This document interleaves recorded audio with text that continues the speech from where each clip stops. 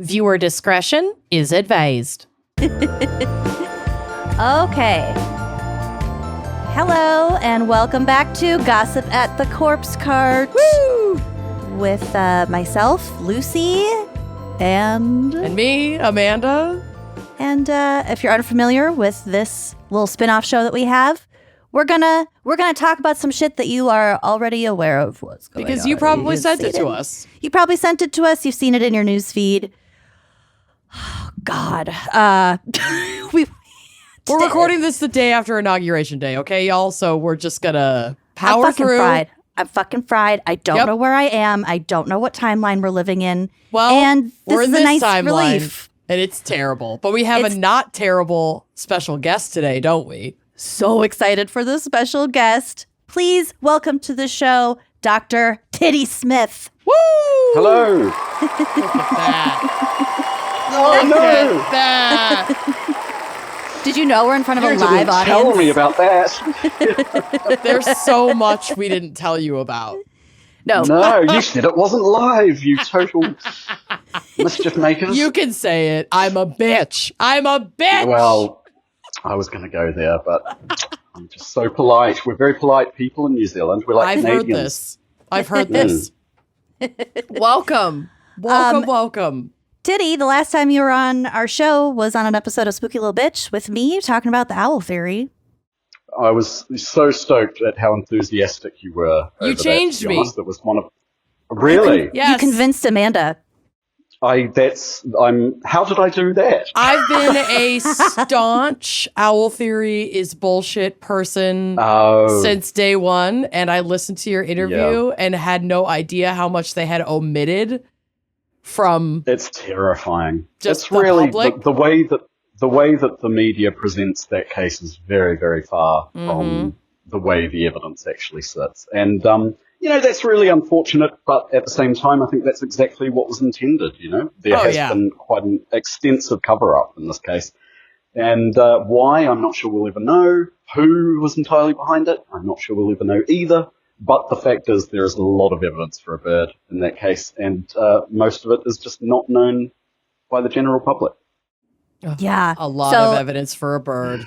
If this is piquing your interest, listeners, got to check out that episode of Spooky Little Bitch. Yeah, head over to Uncorked and give it a listen because it's fucking amazing. It's fucking amazing. And if I can just, I'll plug the book while I'm here. Death by Talons was the name of the book. That contains all of the new evidence, and which actually changed Larry Pollard's mind about what happened that night. So Larry Pollard was the man who put forward the neighbor, who put forward the owl theory to begin with. His theory, of course, goes that an owl swooped at Kathleen Peterson outside her house, that she fell inside. But Larry has now come around to my view that, in fact, this attack, however it went down, persisted inside the house for some amount of time. So there was a bird inside the house that night, which I know it sounds ridiculous, it sounds impossible, it sounds like I must be a lunatic, and perhaps I am, but that's unrelated to the evidence in this case, which is that, it's pretty clearly the way things went down. It all sounds very plausible to me at this point. So it's fucking fascinating. So again, that is an Uncorked exclusive, as are all Spooky Little Bitch episodes. So wineandcrimepod.supercast.com for more information. Before we get going, I got an email that I read to Amanda when we first got it, but I have to share it because it made me laugh so hard. And it's there's amazing. A bit of a shout out for a special individual here. So this is an email that we got a couple months ago from Elan. And Elan says, "Hi guys, hope you're well. I'd love to start by saying I'm enjoying your show, but I can't. I've heard every single one of your episodes, but not by choice. My wife and I live in a pretty small apartment where there is very little privacy, and she plays your podcast in the morning when she's in the bathroom. She plays it when hanging out in the kitchen, and she plays it in the car every time we go for a drive somewhere. Everything I know about wine and crime has been against my will." You've been waterboarded with our voices. Yeah, you have. It's fair to say that the sound of your voices haunts every day of my life. I try to ignore it, but your content and dynamic are at the exact level of entertaining to stimulate my ADD and mess with my focus. You're welcome. You are such a constant presence in my life that I'm concerned that my quote-unquote enjoyment of your show is somewhere between a Pavlovian response and Stockholm Syndrome. That said, I caught an episode you did while my wife and I drove to Cologne. It was an older episode you titled Dick Crimes. Yes, we did. It wasn't a pleasant drive. You did, however, bring up the story of the geisha who castrated her lover. There were elements of the story that rang a bell, so to speak. Oh, God. I work as a... Yeah, right? I work as a movie poster and packaging artist. Coolest job ever. That's amazing. And recently illustrated the cover to a 1969 Japanese docu-film called Love and Crime by Taro Ishii, being released for the first time outside of Japan. Not only does Sada Abe's story get recreated in this film, that was the name of the geisha, but the actual Sada plays herself in the movie for a few brief moments. Hell yeah. I thought you might be interested in knowing that. It's a pretty wild detail, and I'm unsure if that's ever happened before. I thought you might be interested in the film. It's being released January 20th. That was yesterday by 88 Films. Anyway, keep up the great work. You make my wife very happy. And whenever I come home in the evenings, my wife enjoys enthusiastically telling me the stories she heard listening to your show. If you want to give her a shout out, her name is Miriam. Hi, Miriam. Unwillingly yours, Elan. Unwillingly yours. That's what I want every Valentine signed this year. We'll take it however we can get it. Unwillingly yours, your husband, Bill. I saw a card at a kind of a sex shop adjacent shop that I was at the other day. It said, "Hey Valentine, what's your safe word?" Aww. I loved it. I like that. Well, Alon, thank you, and we're sorry, I guess. I'm not. You're Miriam. Right, we're not. Hey, Miriam. Thanks for, I don't know, bringing in another war crime husband. What a fantastic job to have as well. I know. Really. That's so cool. Illustrating these movie posters. What a cool dude. So yeah, I'm definitely going to check this movie out. It's called Love and Crime and released by 88 Films. So awesome. Yeah, had to read that at the top because it's a great phenomenal. Message. I love that email. Okay, well, shall we get going to some crazy headlines from Amanda? Because I'm excited to hear Tiddy's incredible accent reading some Coven Confessions. Yeah, let's blast through my section so we can get to Tiddy's section. I hear you.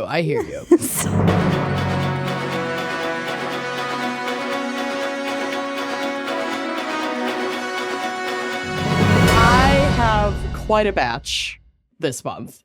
And this first one comes from Agata Borwoska, who says, holiday special, never meet a man. I'm Polish and I feel for her. So, this is from People magazine. The headline reads, woman says boyfriend asked her to learn Polish for his parents and she refused. Quote, it's just not doable. Okay, on the surface, that sounds like a very typical American kind of racist, I'm not going to learn another language. This is America. Everyone speak should English. speak English. But as I kept reading, because I did actually skim this one, I kind of see where she's coming from. So let's just dive in. A woman listed reasons why she said no to learning the native language of her boyfriend's parents before visiting them in Poland for the holidays in just 2 weeks. And now he wants her to stay home. So he's like, we're going in 2 weeks. You have to learn Polish. And she's like, in 2 weeks? Like to become fluent or just like a respectable amount because you're going to Poland? We'll get to it. Okay. The 27-year-old turned to Reddit's Am I the Asshole forum, one of my favorites, to ask if she's in the wrong for explaining to her boyfriend, who's 29, why it's just not doable to learn another language in that short time frame and why it shouldn't be a problem since his parents already speak English very well. Quote, my boyfriend was born in Poland and both of his parents are Polish, but he went to international schools growing up and has been living in the United States for the past 8 years. He speaks English like a native speaker and only speaks Polish around his parents or other family members. The woman who says she has been dating the man for a little over a year noted that she is super excited to meet his family and discover the country that he grew up in. Here's where we started to have a problem, she continued. My boyfriend asked if I could start learning Polish so that I could communicate with his family. I completely understand why he would ask me and have no problem with the idea itself. However, for multiple reasons, this would be complicated for me, so I said no. She also added in her December 4th Reddit post that they would be traveling to Poland on December 19th, which is in 2 weeks, so there's no way I'll have time to learn a language in 2 weeks, especially since Polish is pretty difficult. The woman went on to list there's so other many reasons. consonants. Yeah. There's always like an extra Z and a Y for no apparent reason. I mean, all of that aside, the woman went on to list other reasons why she didn't say yes, including being busy learning another language for work purposes. Quote, I currently have a lot of work to do before I can leave for the holidays, so I have very little time to spare. I've been asked by my company to learn Italian for professional reasons, so I feel like starting a new language now would make it all tangled up in my head. Yeah. As a compromise, she told her boyfriend that she'd learn simple Polish words and phrases before the trip. This is like, I think, reasonable. Totally. She also revealed that, quote, both of his parents speak English very well, and some other, unlike me, who could barely read this article, and some of his other family members too, and suggested that her boyfriend just translate whenever there was a communication barrier. Quote, he got angry with me and said that I was disrespectful to his family and I wasn't making efforts to understand his culture. He went on a rant about how Americans never make efforts to speak other languages, she concluded, noting that she already speaks 3 languages fluently in addition to the one she is learning. He even Give this lady a fucking break. I know, she sounds exhausted. Yeah. He even told me that I should... That's what's going on. Yes, I like... it's just not doable. It's not fucking doable. I'm too tired. Yes. He even told me that I should just stay here and not come with him for the holidays. The concerned girlfriend then asked Reddit users for suggestions on what to do next, reiterating that what he's asking is just not doable. And users flocked to the comments to share their thoughts. Quote, your boyfriend doesn't seem to understand the language of reason, one user quipped. Ask him this. Should we postpone the trip by a year? That should give me plenty of time to master Polish and meet your expectations. To master Polish. I love it. I quite like this one in particular because, am I the asshole? It's very often just a place that people go to rant. Oh, yeah. About the bitchy behavior of their partner, right? And, or, someone else in their life. And it's usually pretty obvious that it's the other person being a bastard, Correct. And, but this one has an element of sort of like, well, should I really be putting more effort into learning Polish? Yeah. It's a question we've never had to ask ourselves, No. Which makes it a bit more interesting. I do not spend learning more Polish. I don't spend a single moment asking myself if I should be learning more Polish. No, I I've just never don't. asked myself if I should be learning more Polish. No. I mean, it keeps me up at night, frankly. One does time- it? For some people, it's a problem. Trying to Personally, yeah. order from Komarczek's Polish Deli here in Minneapolis, I may have thought, should I be learning more Polish? And then immediately was like, no, I'm fine. I got my sausages. I'm good. We had a Polish exchange student in high school. Yes, you did. Gosha. Yes, you did. Margaret. Hey, Margaret. She Sweet might be Margaret. listening. And somebody else suggested, do as he suggested and stay home. He's going to make your time there miserable. This is a harbinger of things to come, and I would think about this if this is the future that you want. Oh. That seems a little extreme to me, but... But he does kind of sound like a dick. He sounds a little bit like a dick. Yeah. He sounds a little bit like a just dick. excessive, really. Yeah, it's excessive. It's excessive. It's too much. And his It's not parents doable. speak English anyway. I think it is very sweet to go in with some warm welcomes and phrases and things that you have been able to practice in the 2 weeks since he asked you to learn Polish while you're also learning Italian. Yeah. Bitch. Do you know, here's a thought, maybe he has told his family something about her Polishness. Maybe there's something going on that end. Like he lied and now Right. he's freaking out.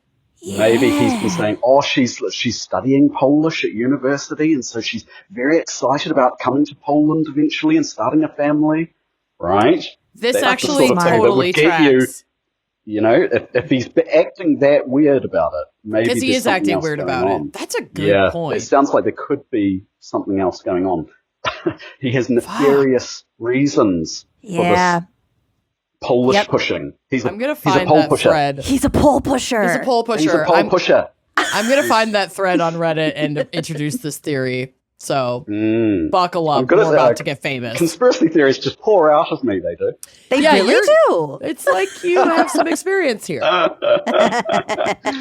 Well, or maybe an owl. Maybe there was an owl that was. There was an owl. Yeah. A Polish owl. A Polish owl. And if she didn't say specific Polish words, the owl would murder her and his entire family. But he has to keep the owl secret, so he can't just come out and say that. So it's very important that she learn the Polish. I knew there'd be another book in this. Here we go.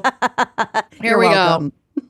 All right, I've got another one for you. And honestly, I was just really hoping that January would bring us stories of unhinged things that happened at Christmas time to look back on. Mm-hmm. And y'all delivered. So here is a NBC4 Washington article that reads, Man arrested for pouring whiskey into holy water in Maryland church. This is so cool. This is what I'm here Spiked for. the holy water. Sure did. You don't. I know. You don't drink it. You don't drink the holy water. Not yet. You're about to. He's making a wop. You just do this. You dip your finger and you do the sign of the cross with it. He's making a holy wop, and I love it. A man was arrested on Thursday for allegedly engaging in disorderly conduct, in quotes. I love how, shady that is. At two churches in St. Mary's County, Maryland, including pouring whiskey into holy water. Two churches? Two. Wow. Devout. According to the police report, Thomas Campbell Bowling Von Gates. Jesus Christ. 56 years old. 56? What a fucking cool dude. I love him. God, I hope I'm like this when I'm 56. Thomas Campbell Bowling Von Gates, 56, broke into Holy Angels Catholic Church in Avenue, Maryland during a Christmas Eve mass. The man allegedly approached the altar and dropped an onion in the aisle, disturbing the peace of the congregation. What, are they holding that against him? Dropping an onion? Or is that a euphemism for something else? No, I don't. I don't think that. Oh, pardon me. I just dropped an onion here. I'm going to use that now, though. It's the new crop dusting. Dropped an onion. He really dropped an onion on this entire crowd.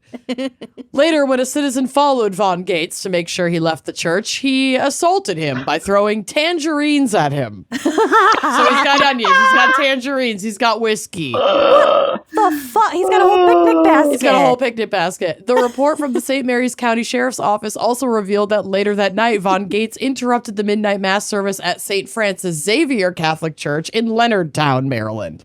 That church was where he poured whiskey into the holy water and threatened to harm parishioners. Okay, the harm, too far.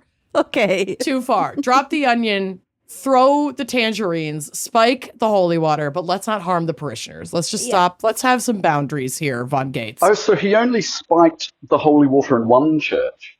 He disrupted two churches, spiked the holy water at one. It was a drive-by fruiting. It's a drive-by fruiting. Yes, a drive-by fruiting and a drive-by boozing. Okay. Yep. Then, as churchgoers escorted him out of the building, he unsuccessfully attempted to hit several people with a whiskey bottle. Oh!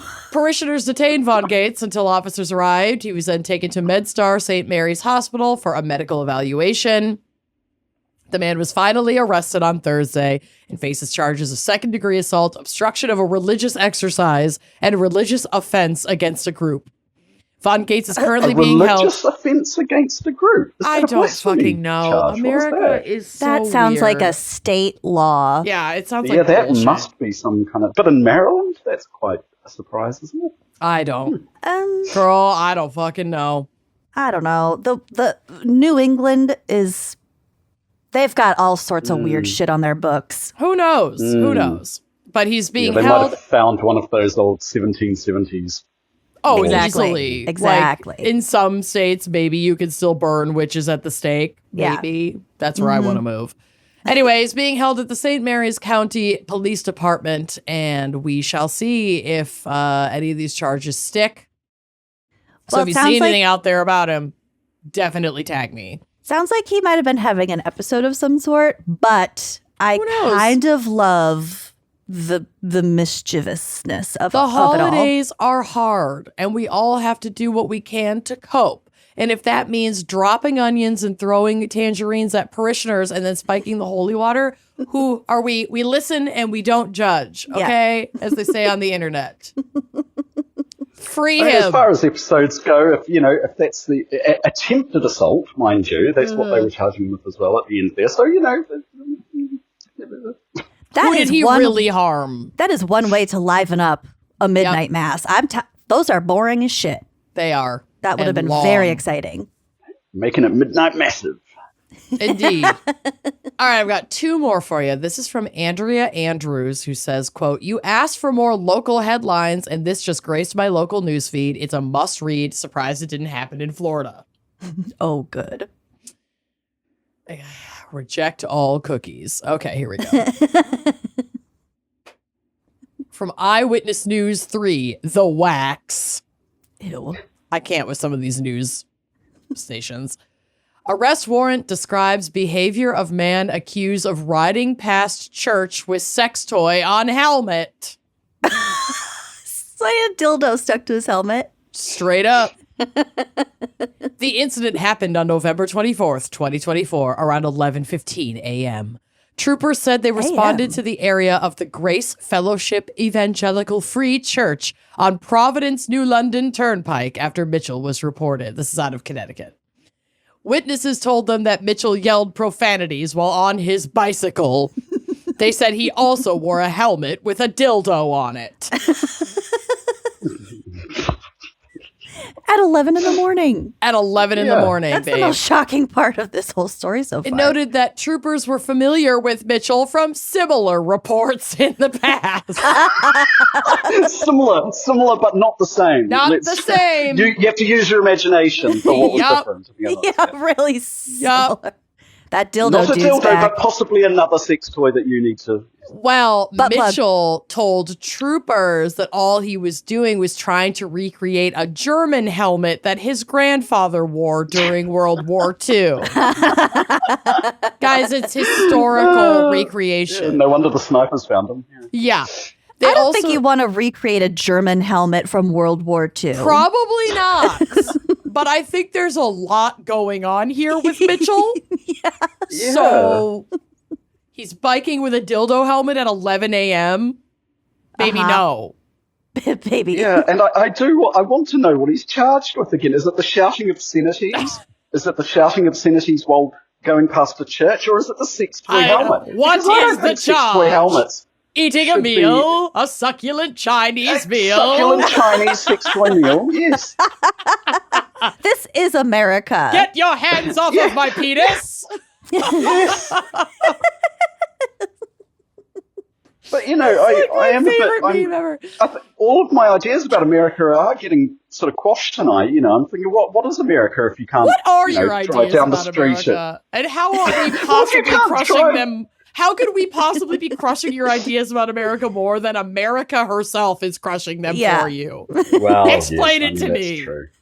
Yeah, it's these little things. It's the little things that matter, Like if you can't cycle past a church at 11 a.m. wearing a dildo helmet and shouting profanity, what can you bloody do?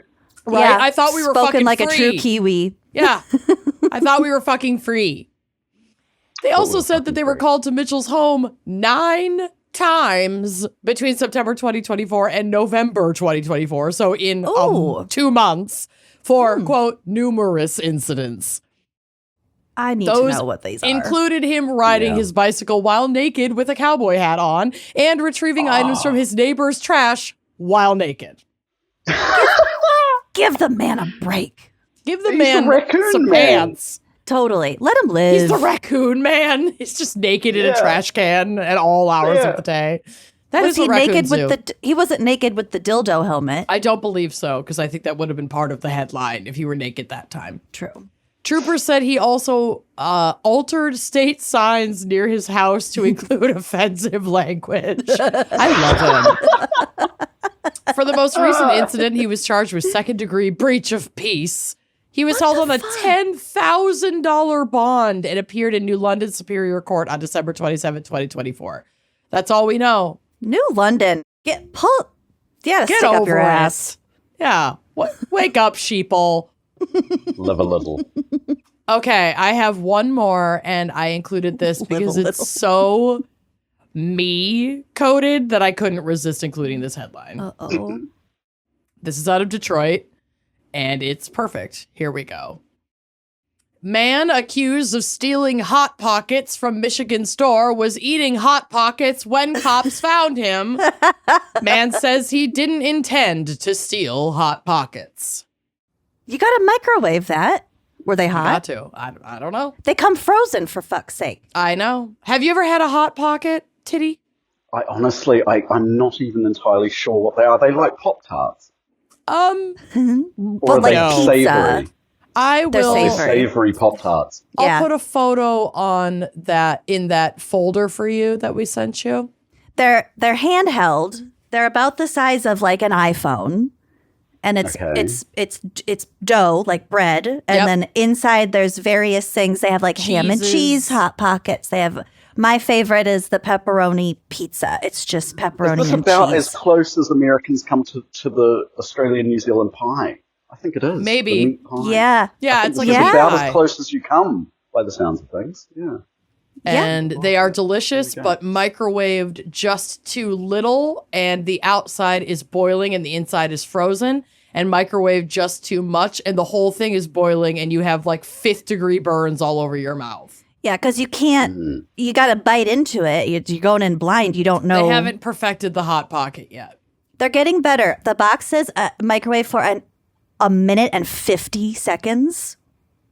Very specific. Microwaves may vary. Yeah. I mean, we got to be careful with that. But anyway, a man accused of threatening to shoot store employees who caught him trying to steal Hot Pockets from a Michigan store was eating Hot Pockets when police went to arrest him.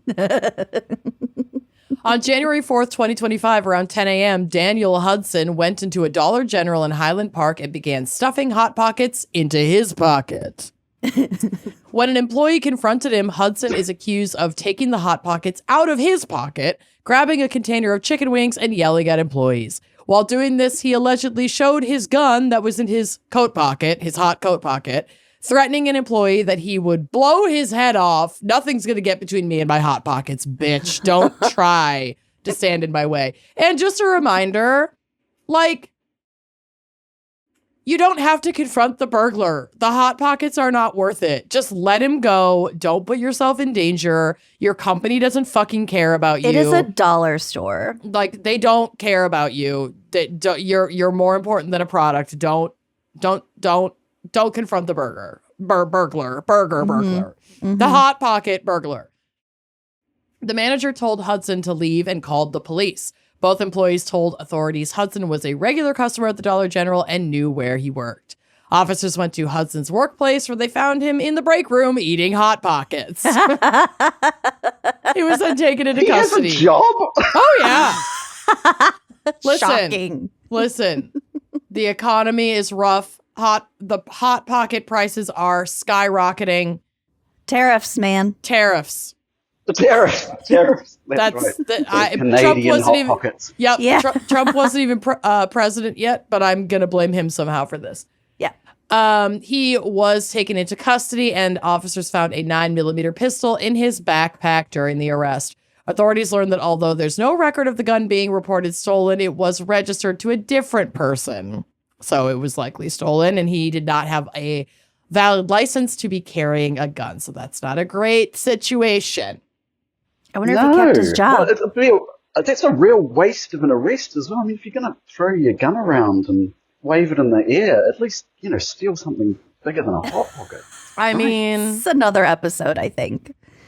Person. yeah, I don't think everything was functioning quite right.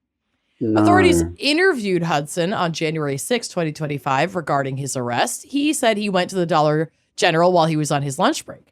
He told police he didn't intend to steal the Hot Pockets, but he didn't see a clerk leading him to but he didn't see a clerk, which led him to put the Hot Pockets in his pocket. So it's like There's no one was to pay. around. There's no one to pay, so I'm just going to go. Wow. Which is kind of a thing because I don't know. There was like a John Oliver last week tonight with John Oliver episode on HBO about dollar stores. And dollar stores in the United States are notoriously overstocked and way understaffed, like to the point where only one person will be working and there will be backstock to like unload and put on shelves that like 15 people could barely cover in a day of work. And so it's so just fucking boxes. Overwhelming and awful to work there that like it isn't beyond imagination that this guy is standing around with a bunch of Hot Pockets and nobody is at the till and he can't find an employee, so he just fucking walks out. Like, I can't say that I wouldn't do something similar. I'm not gonna lie. I'm not gonna lie. I'd probably wait a little longer. The waving of the gun and the threatening, because then the employee because then someone did obviously approach him. Yeah, exactly. Obviously, this is bullshit. This escalated too much. There's a scenario in which it's okay to walk out of a store with some Hot Pockets. This probably wasn't that. And maybe scenario. After being confronted and waving a gun is not the appropriate time. Yeah. But when authorities asked Hudson about the statements he made toward the employees, he said he told the workers, maybe I should blow you up blank. Well, I don't know what that was supposed to say, and it doesn't include it in here, but I don't know. Blow you away, blow you a new asshole. I don't know. Maybe I should blow you a blank. When he was told he was no longer allowed to make a purchase. When asked to clarify this statement, he said it was basically a threat. Yeah. Pretty much. Yep, we got that. It was a threat. But, Hudson explained to the police that the gun he had originally belonged to a woman he used to talk to, and she gave it to him in September, and he said he was supposed to bring it back to her, but he never did. So she might tell police that he stole it from her, but that's not true. Guns are funny that way. She gave it to me. I just forgot to give it back. Court records say he also told police he shot the firearm one time behind a liquor store, okay? One time. But he couldn't recall the date. Behind a liquor store. What? There's bottles there. She's aiming. He's practicing. Yeah. While saying this, he reportedly mentioned he didn't want to walk around with it knowing he's a felon, then spoke about his 2017 conviction for carrying a concealed weapon illegally. This guy is just ratting on himself at this point. I love it. At this point, be honest. Be you, boo. Be you. Hudson also reportedly admitted he previously lied to a detective, saying the firearm he had was a BB gun. It was not. It was a 9mm. He faces charges of being a felon in possession of a firearm. I honestly wish him well. Some of the comments on this article are amazing. Somebody said he should run for president. Best option so far. Well, at least he had a job.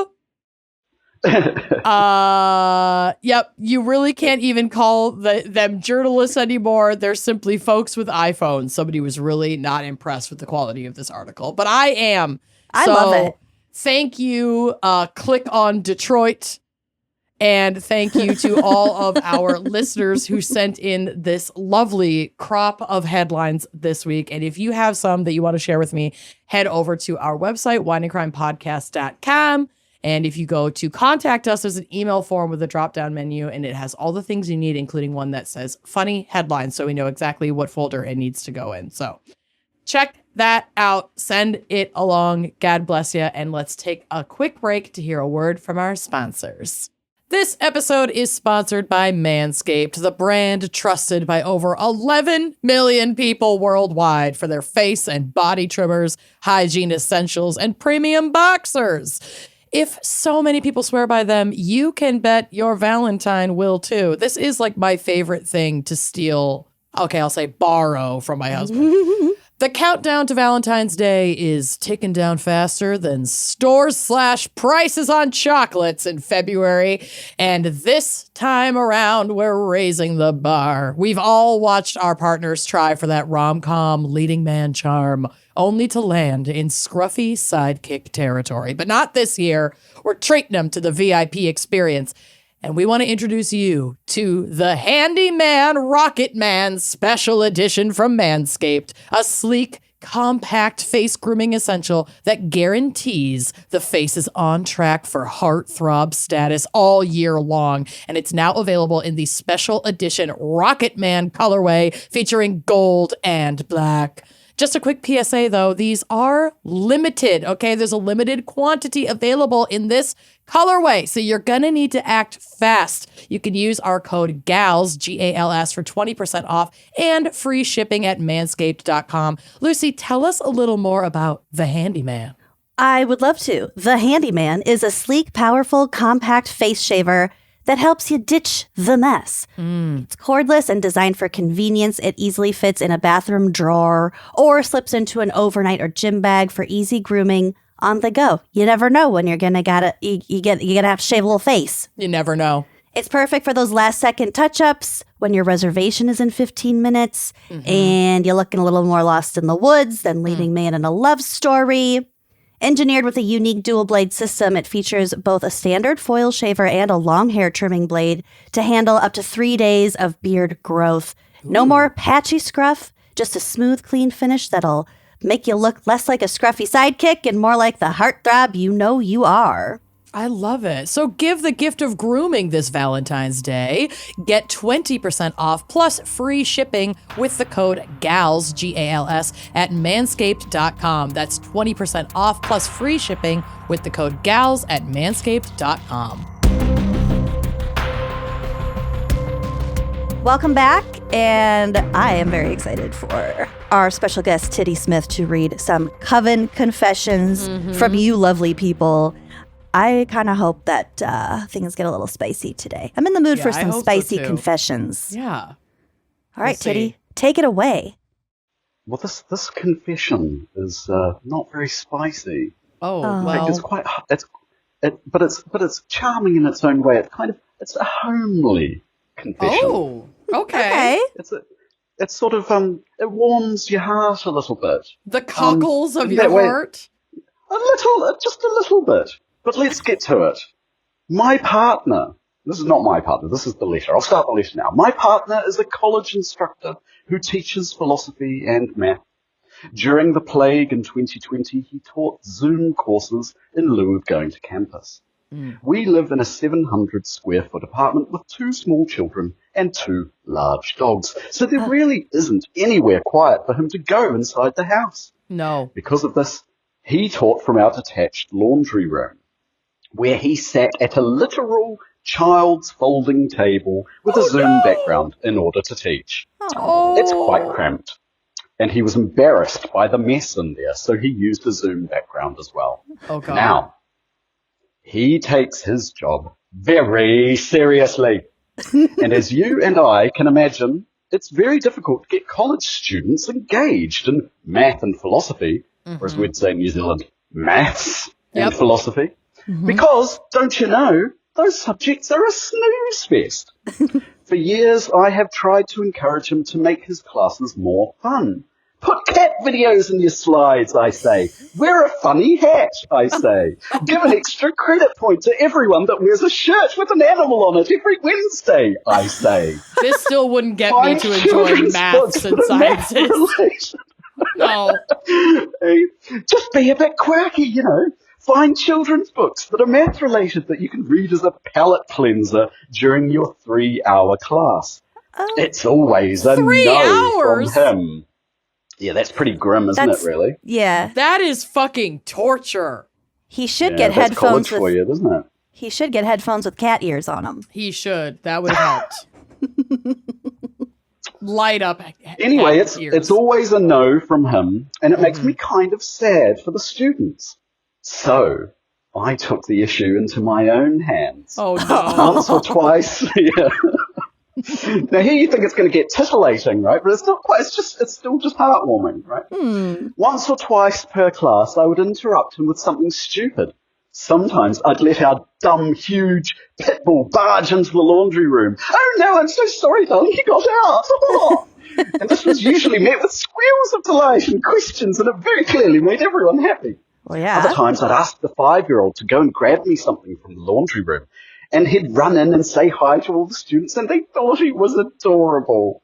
And sometimes I'd just straight up go out there and pretend I forgot he was teaching and loudly ask him questions through the door like, is the vacuum still in there? Oh shit, sorry, I forgot you're in class. Oh, she's just trying to liven it up. She's just being a sweetheart. I like to think that giving his students opportunities to see his humanity and little sparks of chaos in his life makes him less intimidating to them. Yeah. Like, hey, this really smart math man is also just a regular dude. Okay, hot I'm take. not sure if he ever caught on. Yeah, maybe just let him do his job the way he wants to. It's kind of like giving main character energy. And as someone who has a quieter husband who also exudes main character energy, like, if I was pulling this shit when Bill was in like work meetings or whatever, he would not be happy about it. This is like making me uncomfortable. I don't like it. You're already in a shoebox of an apartment. Like, seriously. And we did, I don't know what your quarantine situation was with your partner, Tiddy, but like my husband and I weren't married yet. We weren't even living together yet when we hit lockdown. So we were also each in our own like tiny apartments. I had a dog, he had a cat. We were trying to cohabitate and have like back and forth, but it was really hard. Both of us working from home. This would have not gone over well in a period of already very stressful changes. Yes, that's right. So yes, like just let him have the fucking laundry room. COVID, yeah. Oh God. Like if your partner won't even leave you alone when you're at a child's table in a laundry room trying to work, like imagine how a lockdown might not have been super fun for both sides of that relationship. But and at the risk of getting canceled, that's my initial take. Okay. Maybe this will turn around. So I'll let you finish. Well, it's interesting because she ends the letter saying, "Look, I'm not sure if he ever caught on, but it never made him angry." Okay. All right. Aww. God bless if he him. had caught on, I wonder if the stupid interruptions were fun for him. Anyway, she finishes, "If you're a teacher, the secret to success is cat videos, and I won't be convinced otherwise." What's and your I take imagine on that that? the reason this one was sent in was for me is because, to read, is that I was doing the same thing during lockdown. I was also teaching philosophy, not math, but I was teaching philosophy at the University of Indonesia in my little cramped apartment with my soon-to-be wife. And it was around about that time that I found the suspicious photos of bird droppings in the stairwell that launched the book on the staircase. So that's how that probably relates to my life. Yeah, you had like a fruitful lockdown. Did you have cat videos? I'm one of those very irritating, kooky lecturers. I'm the main character energy. I love lecturer. It. Me too. Oh, look at I couldn't help myself. They're perfect. Cashiers, I'm such a freak. Oh my God. I would 100% take a Zoom philosophy course from you and love every minute of it. See, she was just trying to help. Also, remember that video of like the like stiff like lawyer meeting, and then he actually had the cat filter on. Oh, that's a good one. But it will never beat the this is giving me was it on BBC? The North Korean, what was he? The commentator on North Korea. With the expert on North Korea, and then like his kids like toddling in the stroller. Yeah, like bursts in. And the crawling to close the door at the end. The wife is trying to write. Just the icing on the cake. And I think, by the sounds of things, our confessor was trying to recreate something like that. Yeah, I get it. It is sweet. The lawyer, that Zoom call was court. And he was like, I'm not a cat. I don't know how to turn this off. Oh my God, you guys, we live in a simulation. There's no fucking way we don't. There's no way. Like, you cannot convince me. We'll talk about that later, Tiddy. As a philosopher, I want your takes on whether or not we're in a simulated timeline that's meant we've solved that one. We do. We solved that one. Because we are. Because we are, and this is meant to torture us, and nothing is real. Oh, yes. Great. No, that one's settled. That's not even, It's settled. God bless. All right, what else you got for us? Well, I've got an incredible one because it combines both a set of stairs and New Zealand. Oh, shit. Ooh. Yes. My own home country. And I have a feeling, in fact, that this may be from the South Island of New Zealand, where I come from as well, because it's a story about a staircase and a fireplace. And you have these big fireplaces in the South Island where it gets very cold. So, this is our confession from New Zealand. It says, and I should do it in an extra New Zealandy sort of accent. Go off, yes, King. yes. Go off. Spread your wings. Spread your owl wings and fly. Been trying to think of a good confession and finally dredged up this memory that could have ended in accidental death. I live in New Zealand, and if you're a 14-year-old girl here, it's pretty much a rite of passage to do babysitting. A friend of mine asked me to babysit for her one day, and she was busy. I had never met this family before. I was dropped off at the house and got the rundown from the parents. 2 young kids, under 8. It was during the evening, so they went to bed pretty quick. I just had to sit around watching TV and keep the fire going. This standalone fireplace was in an open concept kitchen dining lounge and positioned directly opposite the stairwell that led to the bedrooms upstairs. This allowed the heat to funnel straight upstairs. So I went outside to bring in a few pieces of wood in, topped up the fire, and put the rest of the wood on. It's all gone Australian now. I can't help it. I know. I'm like, you sound like Chris Lilly right now. Yeah, I've ruined it. I'll just go back to my own over-the-top music. Not that any of us would really be able to clock. No offense, we're just showing our I ugly think it American. Started well, but it went somewhere ridiculous. Us ugly Americans have a hard time differentiating the Australian accent and the New Zealand accent. So you're in a safe place here. Yeah. Even though that is very crude of us. Oh, no, it is pretty subtle. The only difference you have to remember is that New Zealanders really don't have any vowels. Okay. Whereas Australians do have differences in their vowels. So, she continues, she went outside to bring a few pieces of wood in from the woodshed, I assume.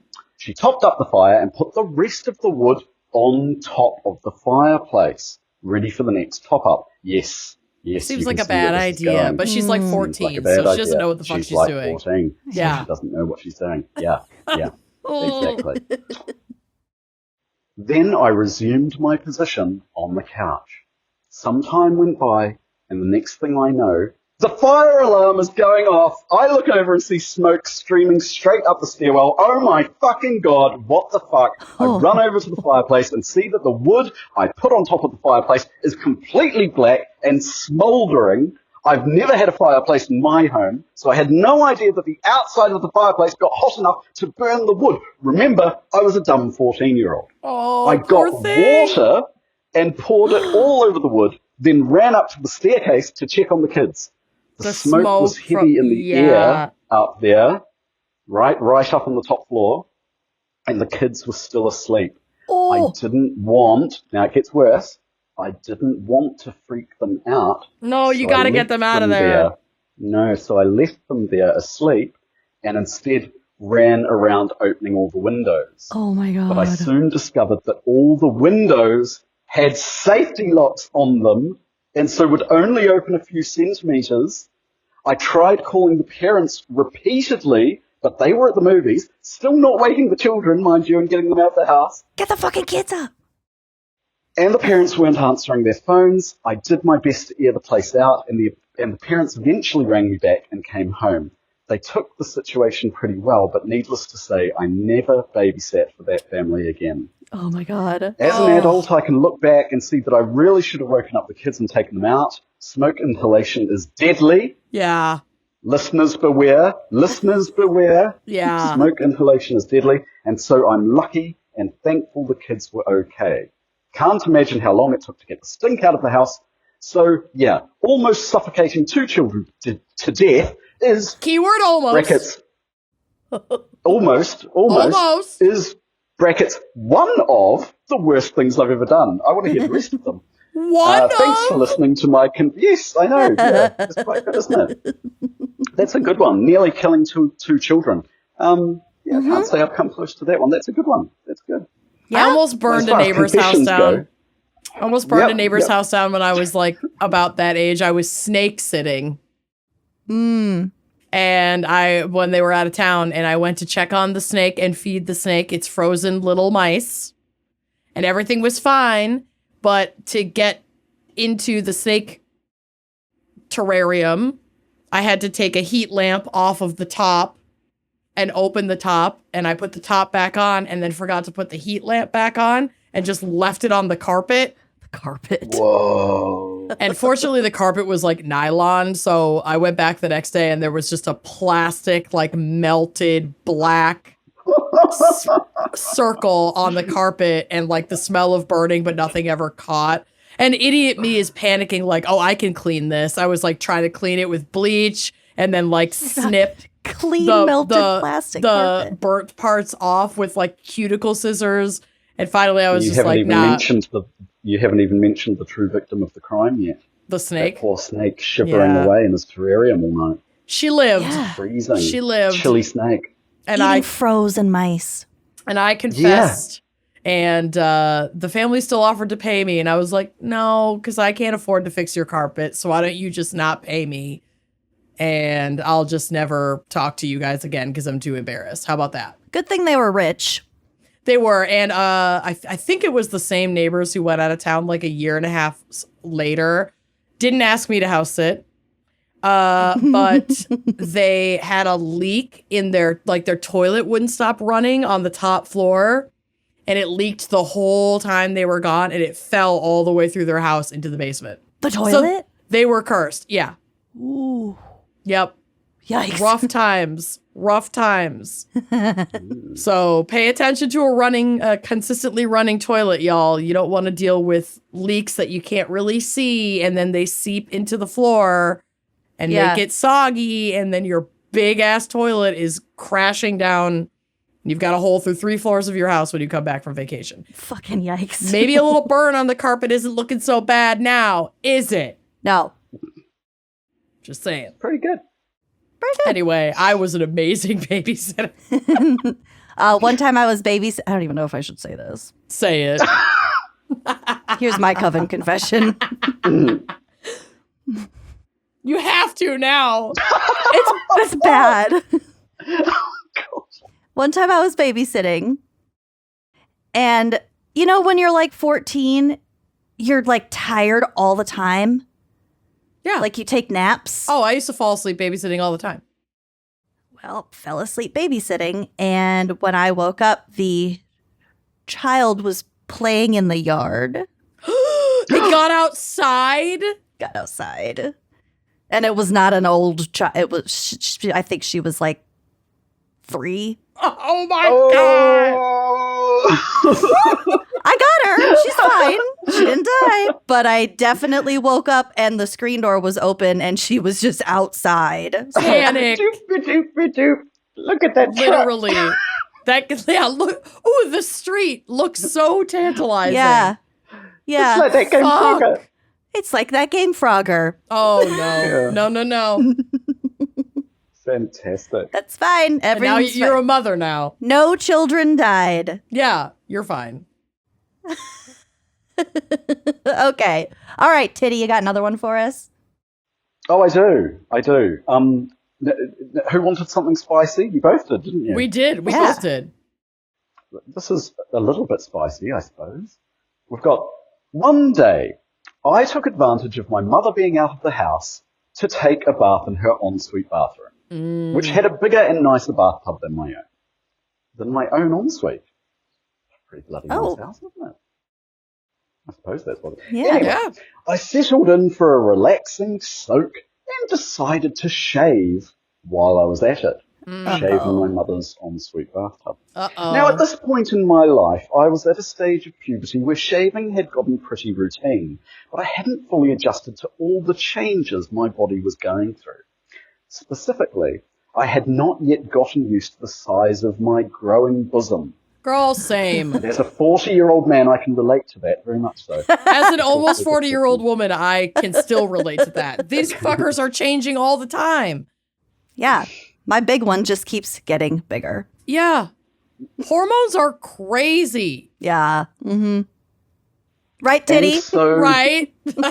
Hormones? Oh, nuts. Nuts. Terrible. That's where I keep mine. Yeah. And so it was... Same, girl.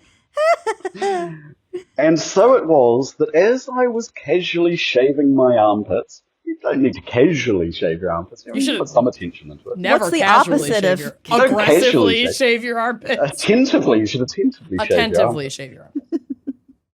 While I was casually shaving my armpits, pulling the razor down from one side and moving it to switch to my other arm, like so. Oh, no. Right, No. What's going to happen? Uh-oh. She's going to take a nipple off. I think she might. Her growing bosom. I failed to give my growing tits a wide enough berth and caught the edge of the razor blade on my nipple, cutting it open. Cutting my nipple open!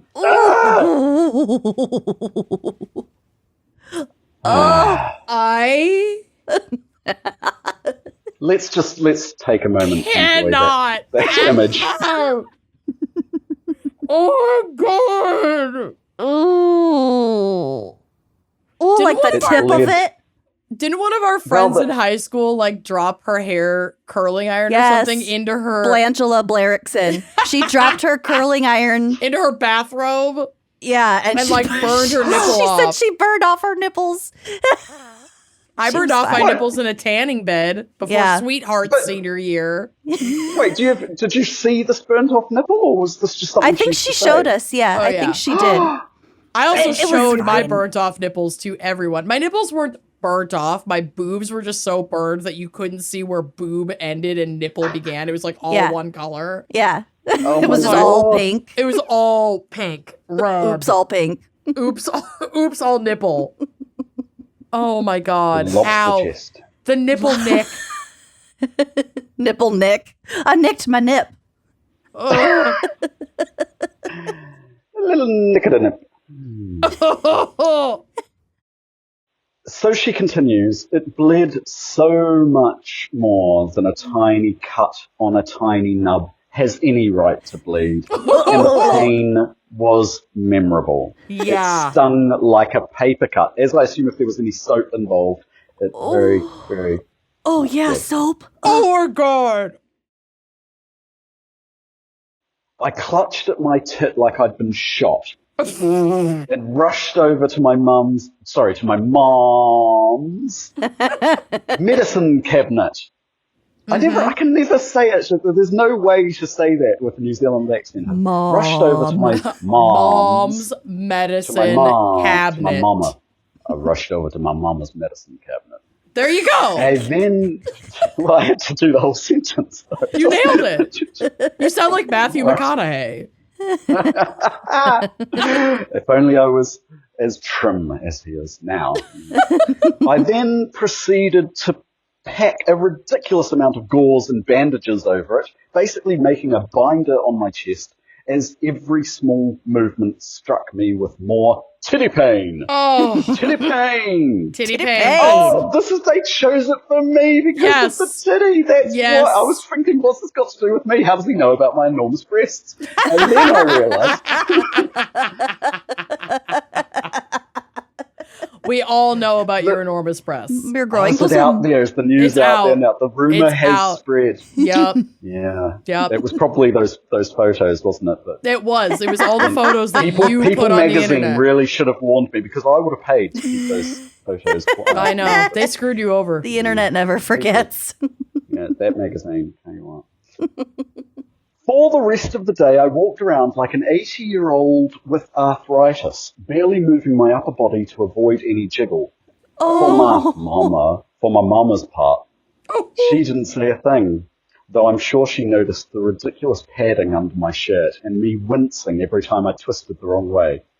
I have to imagine parents always notice this shit and just are like, you know what? This is one that I'm not going to ask about this time. I'm not going to touch I don't know one. what the fuck she did. And I don't know if I want to know. We're going to pretend this isn't happening. That's got to be a parenting decision. Yep. You're still alive. I'm not getting into it. Yep. I'm not going there. Mm-hmm. If she wants to tell me, she'll tell me. What would you do? Really, I would be worried. I would say, what's going on with your tits, girl? What if there's something, I think as a parent, if your child was walking around sort of, oh, my breasts, you'd go, what's wrong with your breasts? What's going on it's only with your breasts, tits, girl? Yeah, right. You're bleeding through your shirt. What's going on? Yeah. Something's off. Bleeding. I think in New Zealand, at least, I think many parents, and I might be among them, we're quite sort of blasé about this kind of thing. Like if we noticed a pubescent child with some achy nips, we'd just get right in there and say, is it just me, or have you got achy nips? Girl. Because I'm seeing some achy nip behavior. This is classic achy nips. Classic New Zealanders calling out achy nip behavior. I didn't make it 40 years without learning what achy nips look like. You can't hide those achy nips from me, bitch. I know what's going on in here. Father knows. Father knows. Yeah, father knows. If my dad had ever fucking said something like that to me, I would have exploded on the spot. It would have been over. My mom, that would have been normal. My father, absolutely not. Yeah. This is the man who would just quietly shut himself in the family office when Ashley and I were having too much puberty. It's like, I'm gonna step over here and let the ladies handle this. This is out of my league. That's a boundary. God bless him. If your dad, Lucy, had been you're exhibiting achy nip behavior. What's going on here? I think you would have disintegrated into a dust. Go back into the woods. I Bye-bye. can't look at you ever again. I will never look at my father ever again. Go hunt a moose. I can't with this. Yeah. Just retreat back into the woods. I can't do it. So I wonder if this is a cultural difference. Maybe we should, Probably. if there are any New Zealanders listening who think that this achy nip syndrome is something that they have dealt with in their life or would not be worried about addressing as a parent, please write in and let us know some of your Americans thoughts are prude as fuck. We have so much deep-seated Puritan bullshit in our DNA. Mm-hmm. It's tragic. It's fucked up. We know that it's stupid and bad, but we can't help ourselves. Very easily embarrassed. Not us personally necessarily. We have no shame. I think it comes from this. I think it comes from the sort of believe you are beautiful. In New Zealand, we all believe we're fucking hideous. That's why you can get away with this. You see, there's humility. Because it's what have you got achy nips? Tell me about it. I've got an achy this, I've got an achy that. We're all falling apart, mate. I think that's the difference. That's the energy. It's the self-esteem culture. I think that's the difference. In Yeah. New Zealand, You're totally the right. opposite. We have a self-hatred and self-pity. Those are the two things we try to tie together. But there's a much funnier. Yeah, I would prefer the New Zealand we're all falling apart mate culture.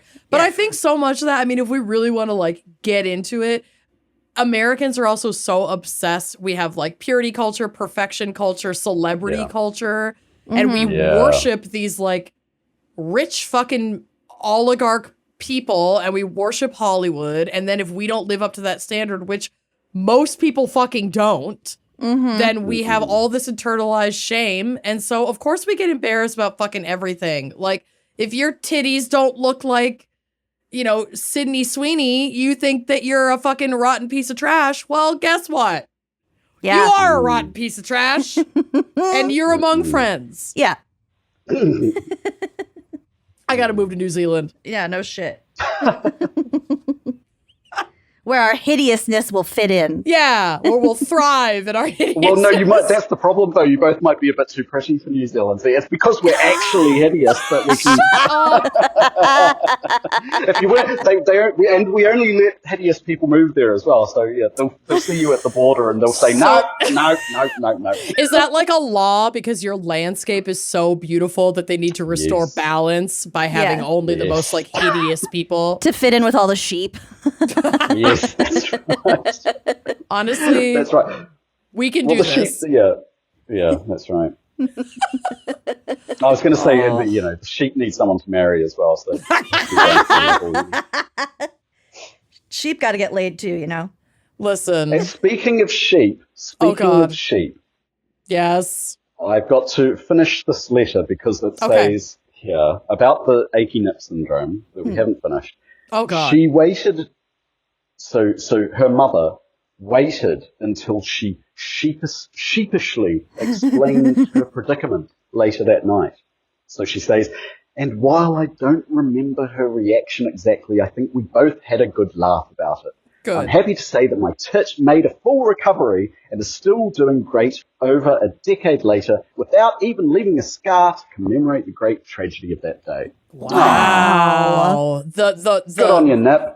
The restorative properties of the nip skin are truly incredible. Yeah. Neosporin? Well, I mean, they have to be. They get nibble. Well, that's true. Not in a sexual way. Sometimes that too. Sometimes that too. Yep. But in particular, breastfeeding is no walk in the park. Oh, well, it can be if you got one of those slings. Ugh. Not in America. No. Oh, no. You get arrested in Maryland for whipping a tit out. Ugh, that's probably. Right. Wearing your dildo helmet. Wearing your dildo hat. All I'm trying to do is recreate my German grandfather's World War II helmet. I wasn't even naked that time. Yeah, fuck off. Well, those are all of the public confessions, but if you want to hear our lovely guest host's bonus confession, you'll have to head over to Wine and Crime Uncorked to get the extended episode of GACC, which you can also get ad-free audio for. So we're going to give you a minute to go unlock that subscription and then go ahead and get into the bonus confession. Take it away, Tiddy. Wow. Well done. Good job, Tiddy. Thank you so much for reading those to us. Those were fucking phenomenal. It was a great pleasure. I'm so glad to get a chance to hang out with you guys again. Oh, yeah. Just the best. And again, if any of you listening want to tell us the worst thing you've ever done, you can head to our website, wineandcrimepodcast.com, and go to that contact us page, and your drop down would read Coven Confessions. Send them along. We love airing your dirty laundry. Yes, the dirtiest. It brings us so much joy. All right, don't admit to any homicides. No, we've put that behind us. Okay, we've put that behind us. Are we ready for Coroner Corner? Yes. Buckle up, Tiddy. Okay. So first up, I was sent in this article by Jesse, and I completely fucking forgot about this incident, so you're welcome. Classic. This is from a 2019 article from the Des Moines Register. This happened in Iowa. A man whose dead body was found at a former Council Bluffs supermarket in January has been identified as an employee who went missing 10 years ago. What? Authorities on Monday said they have identified the man as Larry Eli Murillo Moncada of Council Bluffs, who was 25 years old in November 2009 when he was reported missing. Sad. The Iowa Division of Criminal Investigation identified him using DNA collected from his biological parents. An autopsy showed no signs of trauma, and the death has been ruled accidental. So, this is what happened. The decomposing body was originally discovered the morning of January 24th, 2019, as contractors were removing freezer units from the former No Frills supermarket on Broadway and Council Bluffs. Why does this keep happening? I don't know. It reminded me of the oven incident, obviously. Yeah, the oven story, yeah. The oven thing. Police said at the time the body had appeared to have been there for years. The grocery store had been closed for about 3 years at the time of the discovery. Okay. So, which explains why nobody smelled anything or... Well, he had been missing for 10 years. The grocery store had only been closed for 3 years. Yeah, that's quite... And even when you evacuate a supermarket like that, once it's closing up, you'd think you'd get everything out, all the stock out, empty everything. You'd think in just closing the store, somebody would notice something. Yeah, what the hell? No frills. No frills indeed. They meant it. Police say that Mario Moncada's parents reported him to be missing on November 28th, 2009, when he became upset and ran out of their home. So the police said, quote, "It was a snowstorm at the time. He left the house with no shoes, no socks, no keys, no car." He ran out of the house barefoot in an Iowa snowstorm? Yes. I think that he had some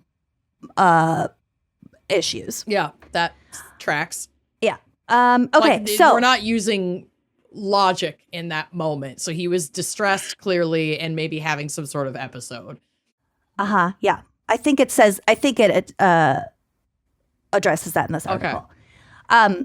So they said that he worked at the supermarket at the time of his disappearance, and he was not scheduled to work at the time that he would have entered the supermarket. So he just went straight to his place of work. Just a place that he knew, like autopilot. Yeah. Yep. And management did say that it wasn't uncommon for employees to like enter and exit the store when they weren't on their shifts. It was a supermarket. Yeah. Maybe they got a discount. They'll just go get their groceries or whatever.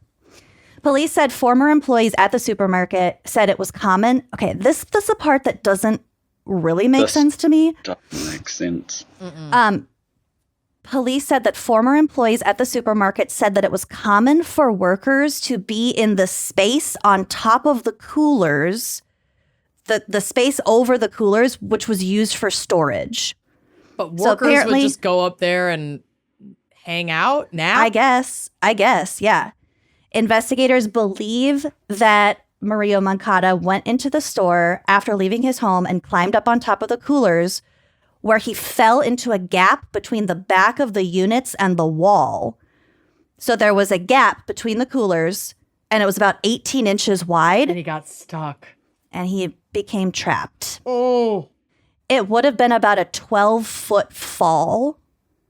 So he's 12 feet down in this 18-inch gap, and the noise of the freezer units would have made it difficult for anyone to hear him if he was yelling for help. Oh, my God. So they said it's so loud, there's probably no way anyone heard him. Contractors found him while tearing the units apart. So supermarket closed. So he's back in there for 7 years. Then the supermarket closed. Then these contractors came in and were like tearing everything out to like, you know, make it into something else. Ugh. I guess this makes sense why his body wasn't found. He wasn't, in fact, in the fridge. He was in this little gap between the fridges and the coolers and the wall. Yes. But it doesn't. What's the connection between running out of the house nearly naked in a snowstorm and then winding up in this gap down the back of the? I don't know. I really don't know. So But they identified him. That's where they found him. I don't think they suspect any foul play. But when the workers found this body, so the part that doesn't make sense to me is that he falls down, he dies. 7 years goes by when the supermarket is still open. Yeah. Then it closes, then 3 more years, then they find him. Yeah. I don't know if maybe the fact that the temperature made the decomposition process like less stinky, possibly. I don't know, because I feel like it would be relatively warm by like the mechanics of the cooler outside of the cooler. And that might have been why people go up there, is that it's like a warm, cozy place to hide when you're on break. And I guess like the back room of a supermarket probably has some not great smells anyway. Yeah. Yeah. Yeah, I don't know. But they found him.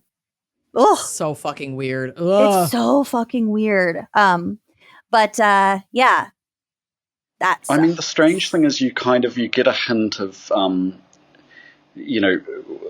with they're sort of describing his running out of the house as though it's some kind of episode, and then the death, there's almost an insinuation that there could be suicide or something like that going on. It's possible. And then I also, because they found him because they were tearing out all this stuff. So by the time they found the body, recognized it as a body, they probably had, already fucked a bunch of stuff. Like the evidence, just because of how much time that went by. Yeah. They probably really just don't know. I don't think we'll ever really know. Yeah, no. But yeah, that was fucking nuts. I remember when they found him. Yeah, 10 years. 10 years he was missing. And for his parents, he just got mad at home and ran out and they never fucking saw him again. Ugh. Oh, it was so spooky. So scary. But yes, it did remind me of the oven incident. Yeah. Wild. Okay, so that's the only dark article I have for us today. The rest is we'll be the judge of that. Okay, my next one is one way to set boundaries. So this was sent in by Rebecca. By the way, Rebecca, so sorry to hear about your sweet cat. R.I.P. Oh. And Rebecca sent this in. This is from WREX, Rex, another stupidly named local news outlet. Radio, whatever. Yeah. Rex. The Wax. Okay. The Wax. Here is the headline. Woman who left urn at movie theater in Beloit says she did so intentionally. It's what he would have wanted. So this is from Beloit, Illinois. Rex. A woman left an urn at a movie theater back in September. Now she's saying she did so intentionally. She said her choice to place the ashes in the theater was not an accident, as she did it to get rid of the remaining piece of someone she had no real relationship with. She just had random ashes? No, it was her mother. Or father or something. So the urn belonged to a woman in Beloit who wishes to remain anonymous, so we don't know her name. But she said that the ashes were her father's. There we go. Okay. Whom she did not have a relationship with due to difficult family circumstances. She said, quote, I didn't want him or his presence inside of my house. And I was going to watch a movie that day, so I decided to take it with me. So I shoved him into the Dune Fleshlight popcorn bucket. No, there's a picture on the drive. That bit. What? Go look at the picture. Oh my God. It is exactly how you would imagine an urn to be under the seat in a movie theater. Next to all the spilled popcorn. And the popcorn scraps. Someone's lost keys. That's a really lovely urn. Bye, bitch. Bye, bitch. Amazing. The urn owner said prior to heading out the door, she marked the item with his name and other comments so that there would be a slight idea of who he was. A slight idea. I love that she doesn't. Just a slight. And, just a hint of an idea. Her motivations and the way she went about this are so odd to me, but I love it. Very strange, isn't it? Yeah. So she didn't want to. It's got a semblance of making sense to it, but it's just not quite. It almost makes sense. It feels reverse engineered. Like, I'm going to this movie, and maybe on the way out the door, she catches a glimpse of the urn, and she's like, you know what? I'm done looking at this shit. That is exactly what happened. And so everything else is just like, whatever fucking happens. I don't have a plan for this, but I'm getting rid of this motherfucker. Exactly. Okay. You know what? ADHD sees ADHD. Go, girl. Get rid of that.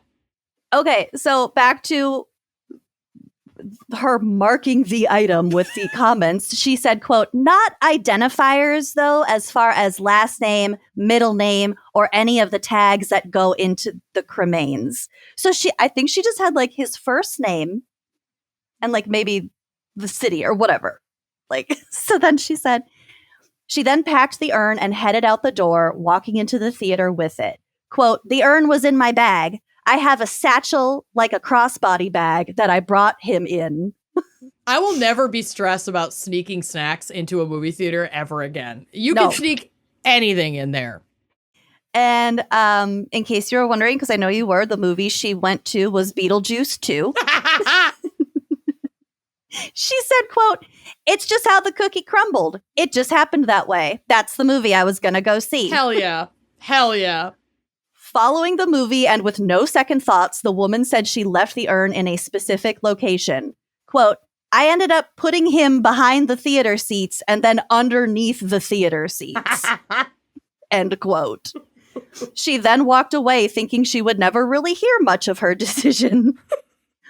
Quote, it was just one of those, maybe he won't be found for a while and somebody will throw it away. No, they clean after every movie. They're clearly not. Look at under the seat. There's popcorn everywhere. That's probably her spill.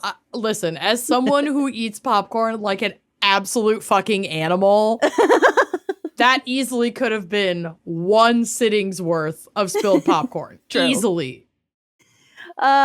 Okay, so maybe somebody will throw it away. Maybe the theater will post it on their Facebook page, which I looked for that, and nothing happened. So she followed the theater on Facebook to see if they would post anything.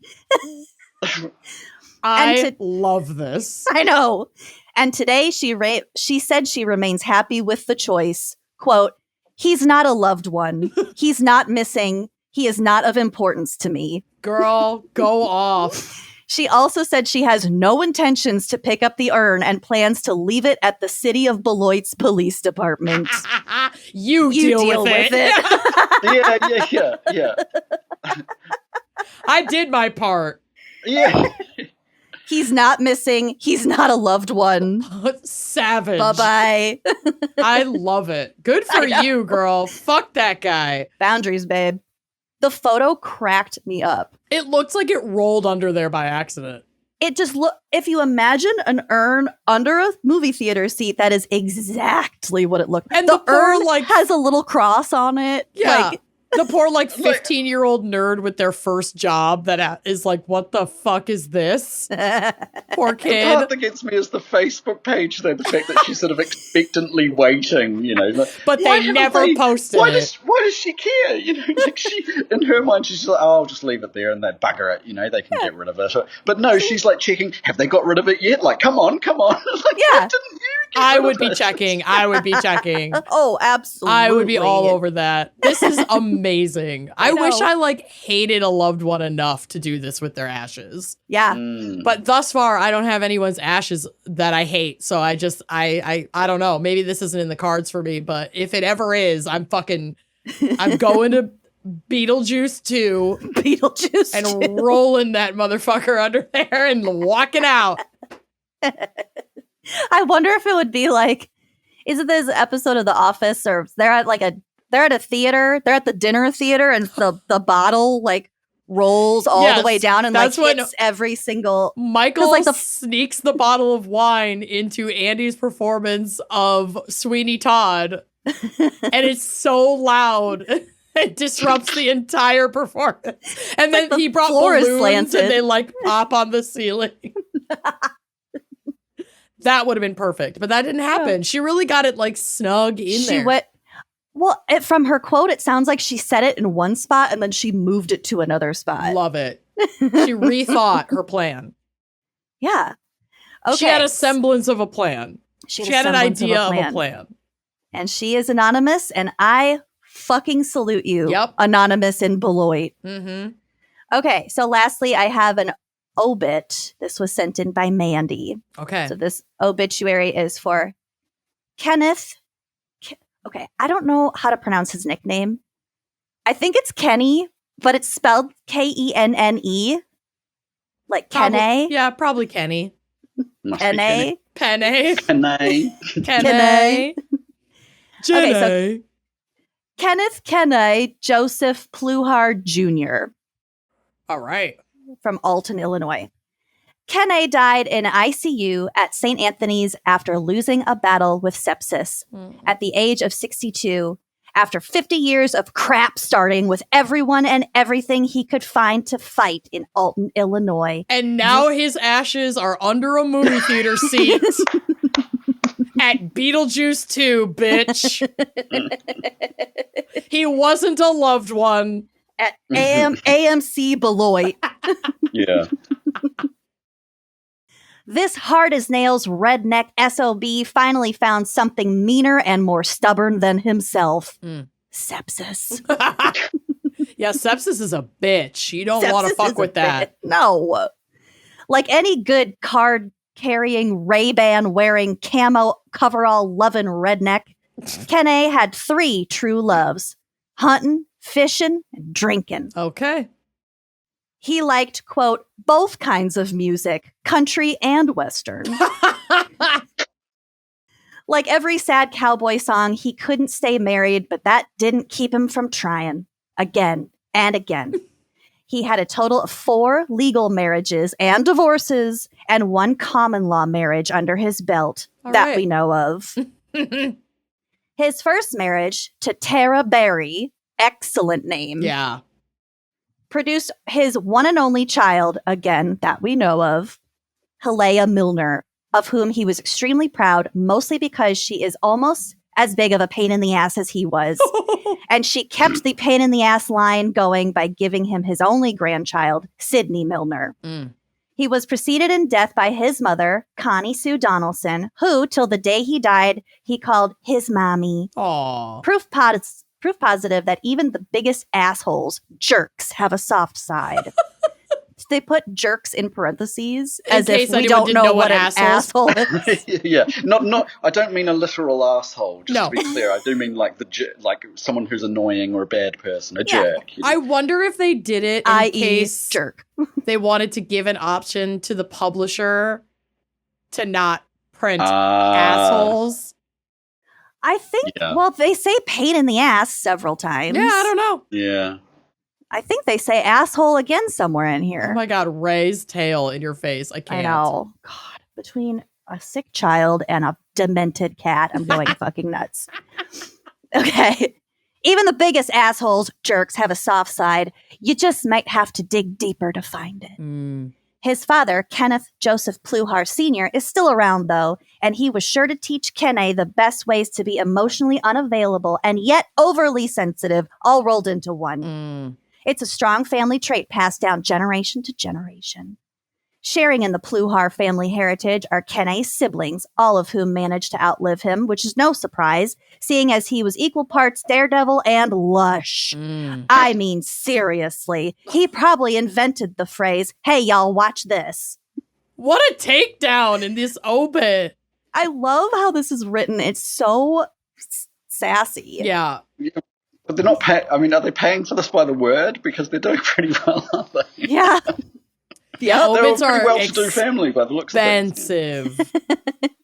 From first to last, they all loved him till the end, which is a miracle, seeing as he took the idea of being hard to love as a personal challenge. Oh, God.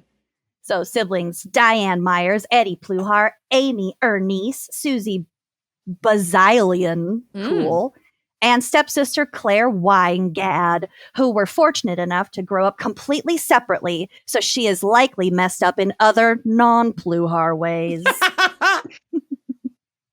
It's got to be an in-law that wrote this. It's got to be. The Pluhars.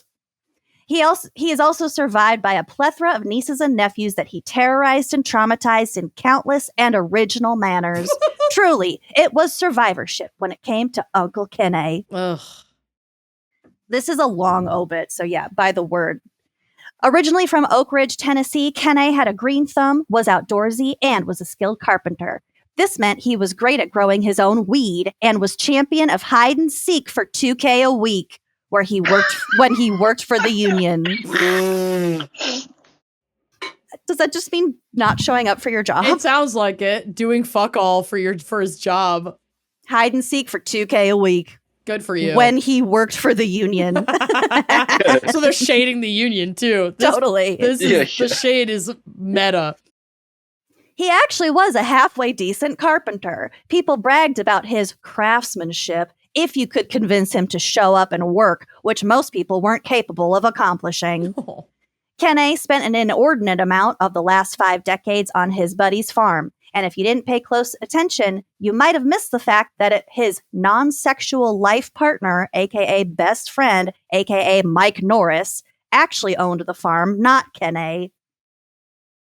There's just there's a lot of deep-seated stuff in here. They're really letting it all out. Yeah. They're processing a lot with us. He didn't allow details like that to get in the way of a good story, like the time he actually saved someone's life by being prepared for the end of times and commie attacks. It's all over the place. This guy is really like guns, drugs, and Jesus. Yeah, doomsday prepper, hates the communists. Prepping for commie attacks. Yeah, he sounds like a real gem. Also, no explanation of the life that he actually saved. That's the only mention of it. Yep. Kene was good at just about anything he tried to be good at and was wicked smart, but that didn't stop him from trying his best to do absolutely nothing except drink, smoke, and listen to music. God bless. We will be celebrating his life the good old-fashioned Kene way with a party at the Wood River Moose 730 in Wood River, Illinois. Friday, March 24th. Doors open at 5:30. There will be food and beer that you don't have to pay for, Kene's favorite, at 6 o'clock. And people will start talking crap about Kene and his life around 7. Although there will be music and mayhem, don't plan to stay too long. We're going to kick you out at 10 p.m. Save your money. Please don't send anything, flowers, donations, etc. Take a trip to the dollar store in Kene's honor instead. Steal some Hot Pockets. Take your gun. Circle. Full circle. Take your gun. Oh my God. Wow. Don't threaten Don't take your management. gun to the dollar store. Take No. your gun to town.